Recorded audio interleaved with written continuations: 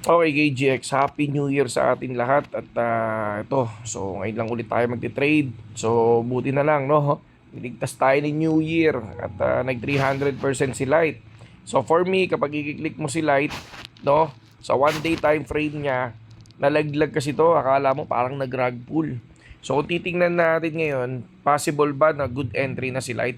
Para sa akin is good entry na si Light. Ito, 2.1, good entry na yan. Ako, tapos times 3 leverage lang. Yun lang ang gagamitin ko. Good entry to short, mga idol, no?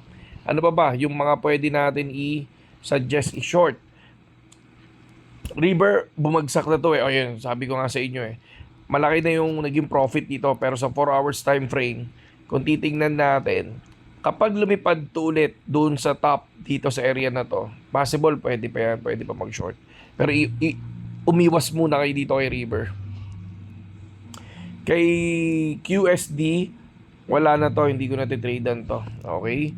Lalo na dito kay Broccoli, no? So, ang ganda na nilipad ni Broccoli. O tama, si Broccoli. Ganda na nilipad yan, ganda rin ang binagsak. Okay, ito yung sinasabi natin sa gainers trade.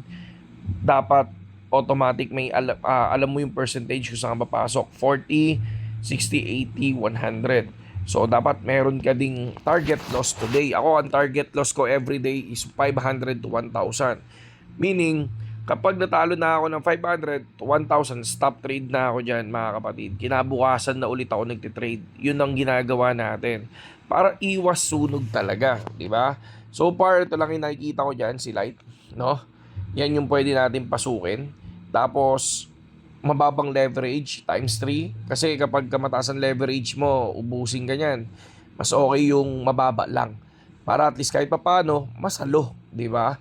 So mag cut loss ka man lang, makapag cut loss ka at least mababa lang din, di ba? So yun lang yung nakikita ko dito. And sa mga gustong pumasok sa Telegram natin this January 10, no, yan, gamitin nyo lang yung link natin sa description. So, dapat under kayo ng link natin ng Bitonix or BitGet, okay? So, pero doon naman, hindi naman tayo talaga totally nagtuturo.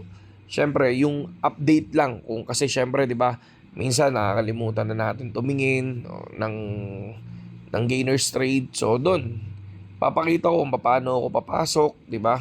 At least kahit paano. Siyempre, win or lose yun. Walang 100%. Lagi nyo tatandaan. Walang 100%.